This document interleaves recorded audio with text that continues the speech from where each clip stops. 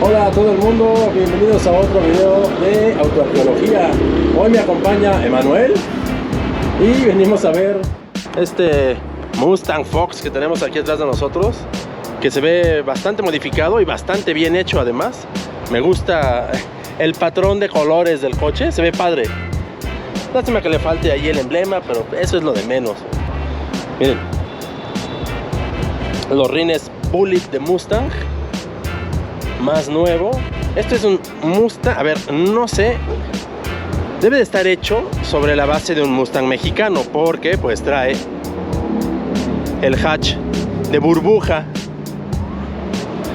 como lo pueden ver aquí, pero tiene todo el kit, la fascia, las calaveras, las defensas de Mustang GT gringo, que es el que ya no nos tocó aquí después del 84.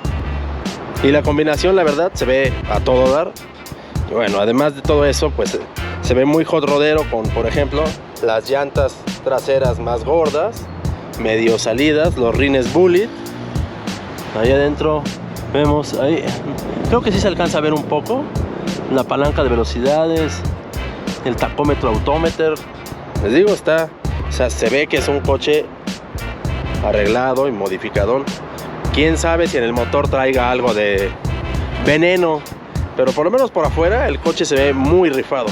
Me gusta mucho la combinación de Mustang gringo con burbujo mexicano. Creo que es algo que, por lo menos visto así, hecho, nunca me había tocado ver. Muy bueno, me gusta mucho este coche. Por favor, si saben dónde está este coche, no develen su ubicación para que se mantenga lo más privado que se pueda.